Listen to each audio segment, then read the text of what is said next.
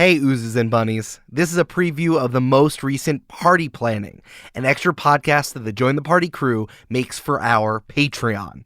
If you want to listen to the whole thing, go to patreon.com/jointhepartypod. Check out this preview.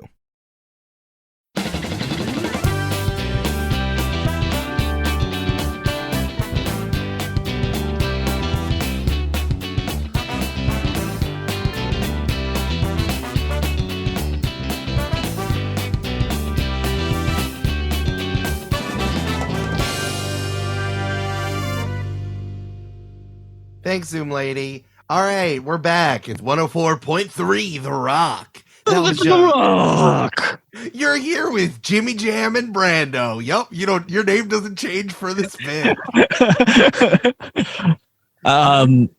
Maybe I'm Jimmy, you're John, and Brando's a third person? Brando's our producer? Yeah. Jimmy Jam and Brando. Exactly. Hey, Brando, can you put a fun sound in here like we're doing some hijinks? Boing. That's Brando in the booth. That was just Led Zeppelin doing a cover of I Think We're Alone Now by Tiffany. So they went back in time and they did favorite version of that song, the time travel one. Brandon, people are always Jimmy Jam and Brando. People are always asking me what is classic rock, and I think it's when popular acts from the 70s time travel and do covers of songs from the 80s. Yep, and I've always told you, Jim, that is nonsense. Get out of my house! It's 2 a.m.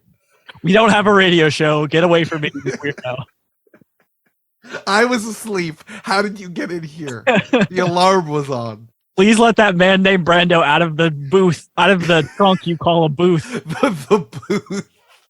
Stop making him do sound effects. You're never going to let him out.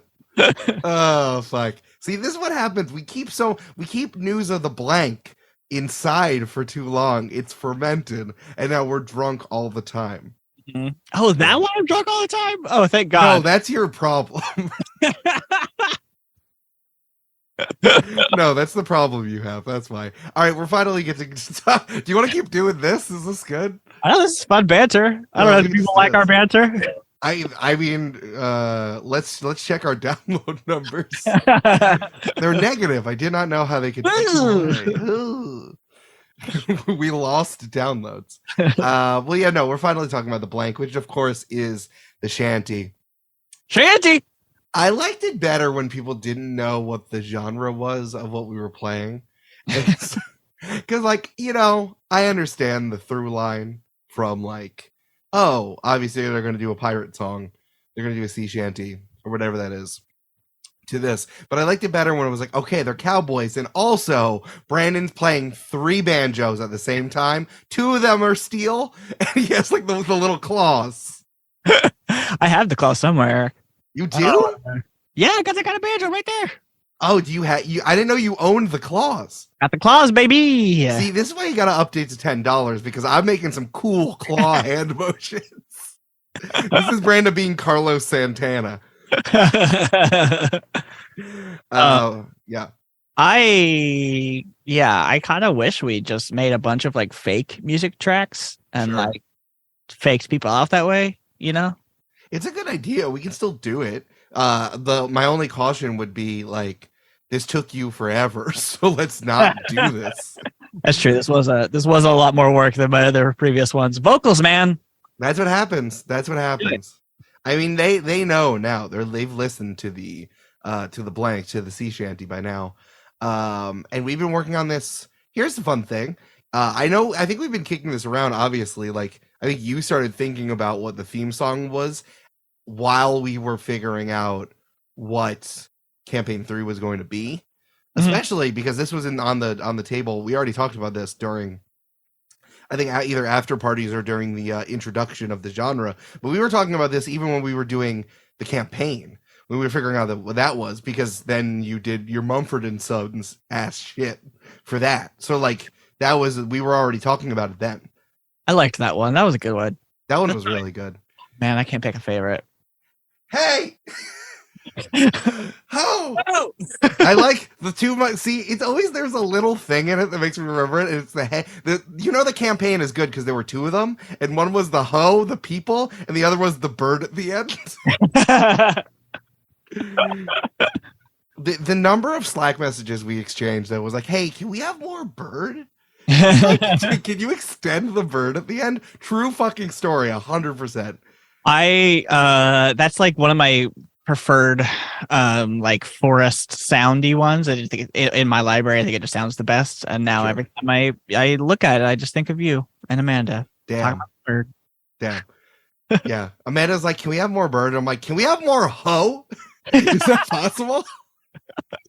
Let's get more hoe in the mix. Can you move it up in the mix so we can hear the hoe better? So yeah, no, I actually have a little bit of a timeline here, or at least I have two very significant dates. One is you sent me stuff of how sea shanties are structured musically on October 27th, 2020, 2022. Oh my God, that feels so long ago. No, I also wrote 2023, so it felt like it was in the future, like Led Zeppelin and Tiffany. So I was also very afraid of it. Yeah, it was all the way back. It was before Halloween, and it is currently March. That's nuts. Yeah. So let's talk about this. Where did the idea of the sea shanty come? I know I just said, oh, obviously we have to do this, but we did do it with lyrics.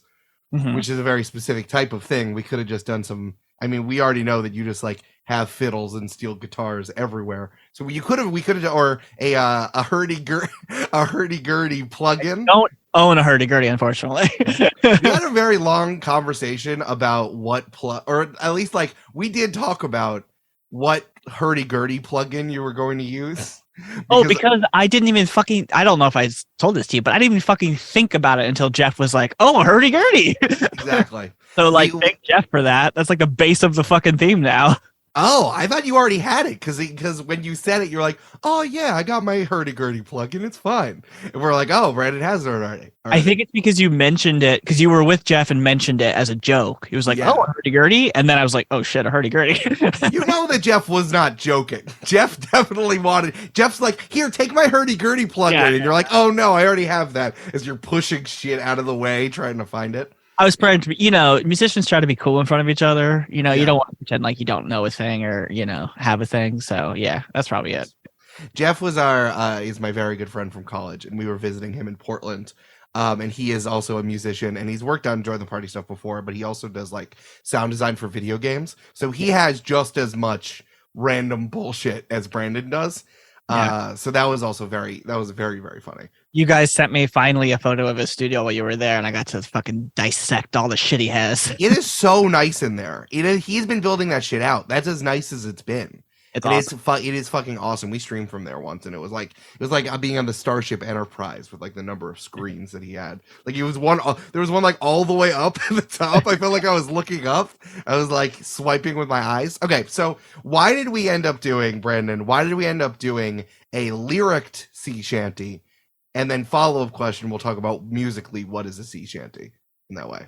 Yeah, I mean, correct me if I'm misremembering, but I think we had the idea for. Like we were throwing around ideas, and then we eventually sort of were like came to this sort of like sea-based piratey thing. Right when we decided on pirate, yeah. Yeah, the only decision there is to do a sea shanty. That's the only thing you can do. Right. And then I don't remember why, but I think I just did the thing where I was like, Eric, what if lyrics? I know you did do it. Or you said at some point you were like, oh, the sea shanty needs to have lyrics, which is the first time I ever thought of that because I assumed you would have done the thing that you usually do.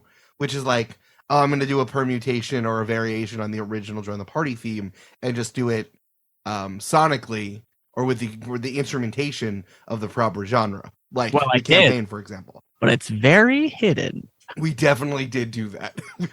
Brandon's going to uncover what the fucking sound structure is. Dude, I bet you 100% of people listening don't know where the Join the Party theme melody is in the theme right now. I have a vague idea. I definitely want to hear it, and I think that we'll talk about it because here's the tease. Brandon's going to show his Pro Tools session, which might we might have to cut that for the audio people, but we are definitely going to point it out a little bit, which is going to be fun. No, that's just going to be a tease for you to come to the video tier, baby. You got to come, Brandon. That's the tease. That's the tease. We're gonna put in some elevator music, so you're like, this is where we fucking showed a video for like 10 minutes. Okay, so what exactly is a sea shanty? Because in terms of like musically, and then I can talk about like the lyrics a little bit too, or how like content wise, how is that put together? Because at one point I said, oh fuck yeah, 12/8 notes.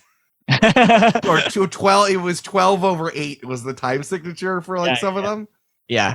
Well, I think, and again, correct me if I'm wrong, because it's been a while since I looked at this, but I think the basic idea is that they're work songs, right? Like you're on a boat and you need a bunch of people are doing a thing, like pulling a rope or like turning an anchor or whatever it is. So you need a rhythm in order to set everyone on the same clock. Right. So you like heave and hoe at the same time, right? So that's what they were originally used for. And I think there was like a guy whose job it was basically to do that on the boat, to just like sing for everyone. And then everyone, the chorus is the other sailors, when they would like heave, they would sing. And that often, like, if you ever done an exercise where they're like, make sure you're exhaling as you go down or whatever it is. Yeah. It gives you more power. So that's the idea. And then like musically, sorry, go ahead. No, go ahead. I was trying not to breathe hard into the microphone. Musically, I think it's like it's kind of nebulous, right? But like a lot of the hallmarks are like gang vocals, meaning like lots of male voices, usually typically all singing together in harmony or just sort of like in gang vocals. And there's like the Dorian mode, which is some real music theory shit, but like the Dorian mode is all over there, which is like just a specific set of notes that are most commonly found there. And then there's like the way the lyrics are written, which I'll let you talk about because I forgot completely, but they're like very historically common methods of writing sea shanties. And also just like the accent is a big thing, which we didn't do because it's bad, but if you don't know it. I mean, you definitely need that a little bit because you got to be able to sing it on when you have breath is the big thing, right? Like you can't just have a bunch of lyrics going at the same time. Right, yeah. And having this kind of structure of it being like 4 lines and then another 4 lines and having a chorus, I think was really important to it. Yeah, the work song thing, very, very important. Here's a fun thing. I know about work songs because we used to do them at summer camp when we were doing very long boat trips. And one of the first things I remember, because, I went to summer camp, so my counselor did this wild shit, is that I used to sing like Black South African like work songs, or at least from the particular mines in that area.